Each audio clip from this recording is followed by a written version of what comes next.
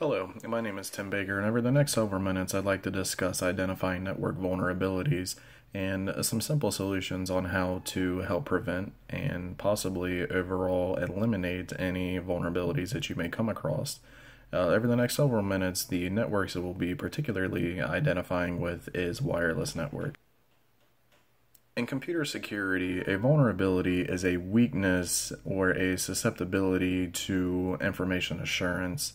Basically, what I'm saying here is that if any system that you are using, whether it be a wireless network, a client server, or just anything in regards to data exchange, if there is a flaw in the system or a way that a unidentified user or an unauthorized user would be able to access them, that would be a vulnerability. One of the first vulnerabilities that we'll talk about in regards to Wi-Fi access is called the evil twin. A evil twin is basically just a name for another SSID used by somebody who was looking to get solicited information and things like that by copying a network ID, such as, say, if you went to a Starbucks, they may have an ID that just simply says Starbucks guest Wi-Fi. Somebody can replicate an ID and create their own access point using any type of mobile device, whether it be a cell phone, laptop, tablet, anything like that. Blue snarfing is also a way that's kind of similar to this. Nowadays, most people have Bluetooth access. A lot of people use it for their cars to link up their phone to give you the hands-free option. Another one would be if you are sharing information from one device to another. Blue snarfing, in the particular instance that we're talking about, is where somebody would be able to access the information being exchanged between a Bluetooth connection. Let's say if you were sharing photos or information without sending the files through an email or a text message or something like that to a friend or a coworker. If the phones were linked up via Bluetooth and you were just trying to personally share the files on another device, somebody could actually come in and intercept those files. After discussing a little bit more about blue snarfing, the module went on to discuss some of the network securities that more people may have seen or had more experience with, especially with setting up like your own home Wi-Fi. Normally when you're trying to connect to a Wi-Fi, if it's not an automatic connection and you have to connect it manually, you'll get an option to choose different kind of security packs, whether it be WPA2, WPS, or WEP. This section in particularly discussed which of those three are the easiest to gain access to and crack by brute force commands. In this instance, after the three that we have mentioned, WEP is actually the easiest to crack, and we'll get into that a little bit more later.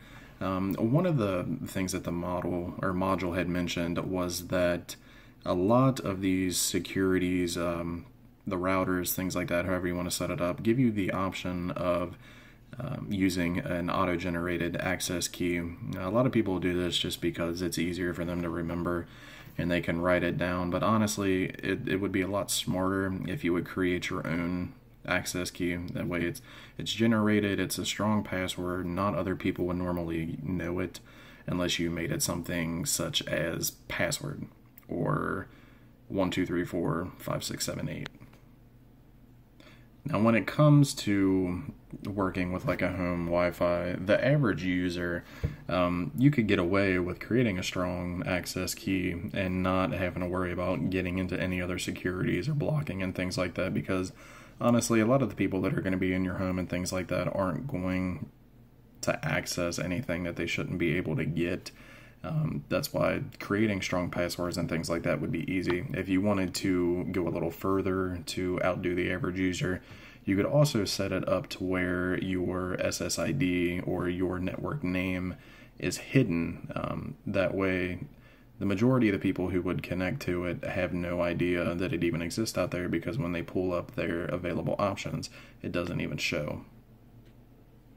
Next, the module kind of took a different turn and went to more towards a corporate or a work level situation. The next topic was in regards to client servers and how they experience vulnerabilities. I'm sure everybody knows about running Windows updates and things like that.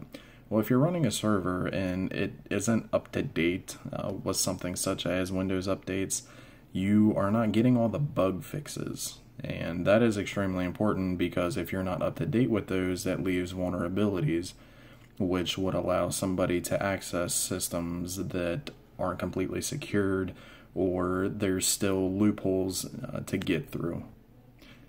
Keeping these systems up to date and then also disabling any services that you don't use are normal protocols that anybody should really follow. And in regards to protocols, some of the easiest ways to get attacked per se is to have unsecured protocol.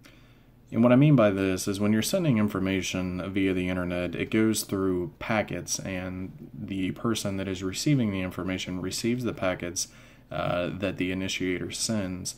The reason why unsecured protocols are an issue is because the information being sent isn't encrypted.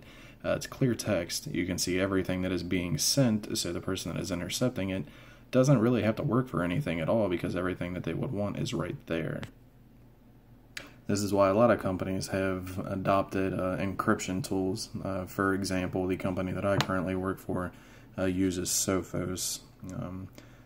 Basically, it allows you to send information and say if somebody was to plug in an external device onto one of our work laptops, as soon as they plug in their USB, it will lock it up and ask them to import their user certificate as well as their network credentials.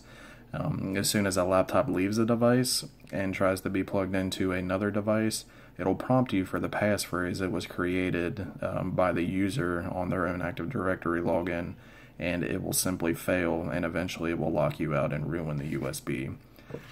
This was pretty much the example of the modules that I went through, and it was just a quick overlay on how to protect yourself and what to look out for.